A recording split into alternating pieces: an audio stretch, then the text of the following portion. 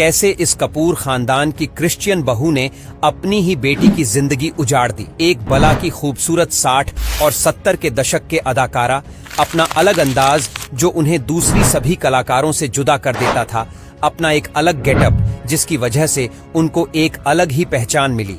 वह जो पहनती थी और जैसे बाल बनाती थी वह उस दौर में फैशन बन जाता था।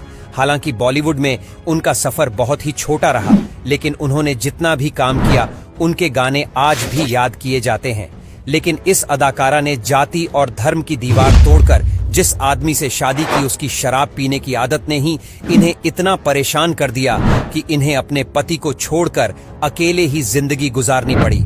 और कैसे यही इतिहास दोहराया गया और उनकी बेटी के साथ भी यही सब कुछ हुआ। हम बात कर रहे हैं बॉलीवुड के सबसे ज्यादा प्रचलित कपूर खानदान की बहू बबीता कपूर की, जिन्हें उनके ही दामाद ने बेटी के पैसे पर ऐश करने वाला बताया और बेटी का घर बर्बाद करने का इल्जाम भी लगाया। बबीता एक ऐसी अदाकारा थीं जिन्होंने शानदार अभिनय से बॉलीवुड में अपनी अलग जगह बना ली थी, लेकिन अपने करियर के चरम पर उन्होंने शादी करके घर बसा लिया और बॉलीवुड को अलविदा कह दिया। बबीता का पूरा नाम बबीता शिवदासानी था और उनका जन्म 20 अप्रैल 1948 को कराची में हुआ था।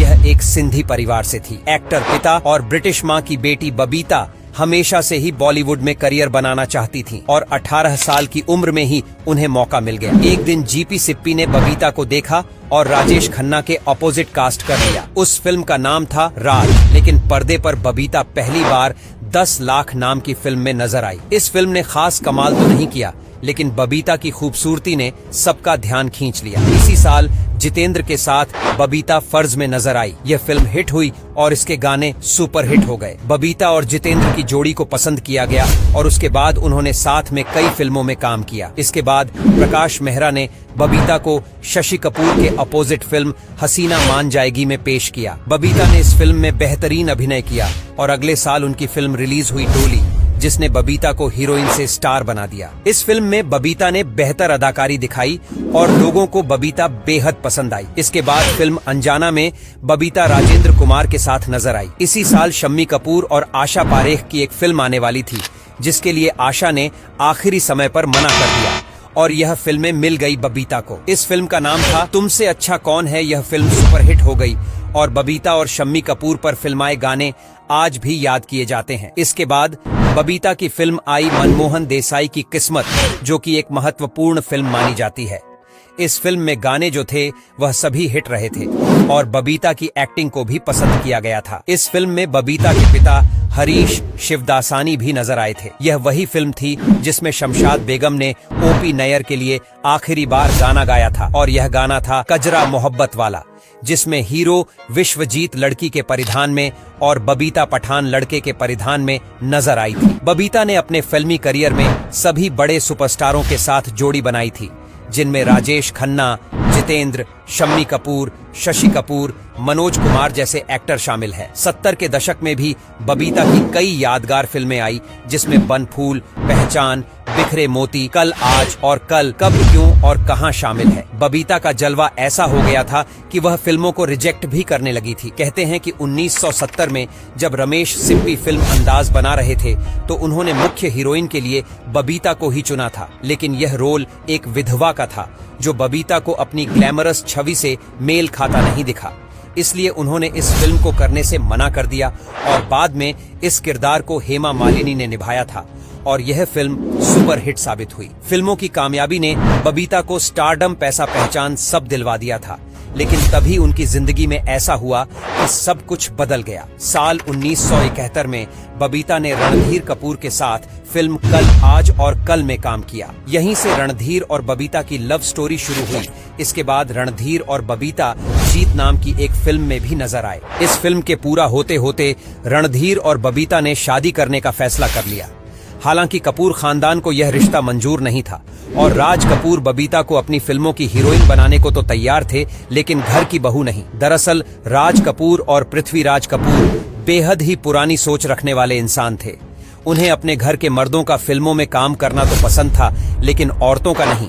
उसमें भी बबीता फिल्मों में काम करने वाली एक्ट्रेस तो थी ही, अपने माँ के धर्म को मानने वाली ईसाई सिंधी थी। लेकिन रणधीर ने बबीता से शादी करने की जिद पकड़ ली थी और आखिर कुछ शर्तों के साथ उनकी शादी को इजाजत दी गई। शर्त रखी गई कि बबीता पर्दे पर कभी दिखाई नहीं देंगी और फिल्मों में काम नहीं करेंगी। बबीता भी रणधीर के प्यार में दीवानी थी और उन्होंने इस शर्त के साथ रणधीर के साथ शादी कर ली। इन दोनों की शादी बहुत ही शानदार तरीके से की गई थी, जिसमें बॉलीवुड के कई नाम चीन हस्तियों ने शिरकत की थी। कम ही लोग जानते होंगे कि इस शादी से पहले बबीता अपने दादा ससुर पृथ्वीराज कपूर, अपने ससुर राज कपूर, अपने चाचा ससुर शम्मी कपूर और शशि कपूर के साथ पर्दे पर काम कर चुकी थी। बबीता अपने पूरे फिल्मी करियर में सिर्फ 19 फिल्मों में ही काम कर पाई थी, जिसके बाद उन्होंने शादी कर ली और उनके फिल्में करियर को विराम लग गया। उनकी आखिरी फिल्म थी सोने के हाथी, जिसमें उनके अपोजिट संजय खान नजर आए थे, लेकिन से शादी के लिए उन्होंने अपने फिल्में करियर को टाटा बाय बाय कह दिया था। उसकी वजह से उनकी जिंदगी में परेशानियां खड़ी हो गईं। दरअसल रणधीर और बबीता को कपूर खानदान के पैतृक मकान में नहीं बल्कि एक अलग घर में रखा गया था। रणधीर अक्सर पार्टी करते थे और देर से घर आया करते थे। बबीता कुछ कहती तो दोनों के बीच झगड़े होने लगते थे, लेकिन अगर सूत्रों की माने तो बबीता अपने माँ के धर्म यानी कि क्रिश्चियन कम्युनिटी को कट्टर रूप से मानती थी और उन्होंने रणधीर को भी क्रिश्चियन बना दिया था। राज कपूर, जो कि कट्टर हिंदू माने जाते थे, जब इस बात का पता उन्हें चला तो उन्होंने अपने बेटे से दूरियां बना ली, लेकिन बाद में रणधीर अपने परिवार के दबाव में फिर से हिंदू बन गए। लेकिन बबीता के संबंध परिवार से और रणधीर से बिगड़ने लगे और रणधीर शराब में चूर रहने लगे। कहते हैं कि वह बबीता ही थी जिनके दबाव में कपूर परिवार हर साल क्रिसमस मनाता था। इसी बीच 1974 में करिश्मा और 1980 में करीना का जन्म हुआ, लेकिन पति की आदतें नहीं बदली। घर में पैसों की दिक्कत होने लगी और बबीता के लिए बच्चों को पालना मुश्किल हो गया। वह रणधीर की आदतों से इतना परेशान हो गई थी कि उन्होंने रणधीर को घर से निकलने का कह दिया। हालांकि ऐसा भी कहा जाता है कि 1983 में बबीता अभिनेता आनंद बलराज के करीब आ गई थी, जिसकी वजह से रणधीर से और दूर हो गई। रणधीर के साथ उनकी लड़ाई झगड़ा बढ़ते जा रहे थे और 1988 में वह अपने दोनों बच्चों को लेकर रणधीर से अलग हो गई।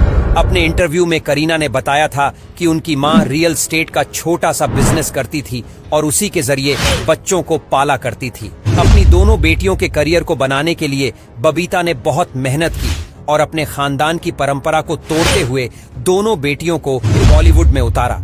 लेकिन उनकी बड़ी बेटी करिश्मा की जिंदगी भी अपनी मां की तरह ही रही।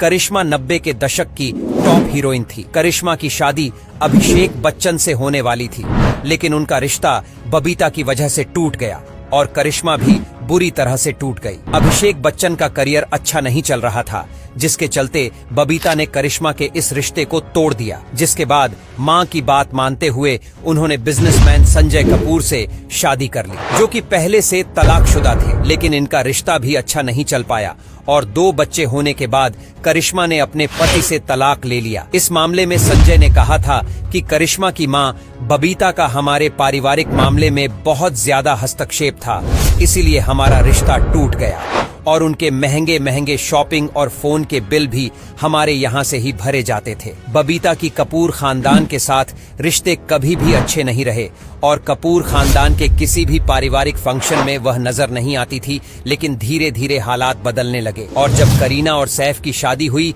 तब पूरा कपूर परिवार एक साथ नजर आया था। बबीता का छोटा सा करियर तो बहुत सफल रहा, लेकिन उनके निजी जिंदगी बहुत ही परेशानियों से गुजरी। आज बबीता अपनी बड़ी बेटी करिश्मा और उनके दोनों बच्चों के साथ रहती हैं।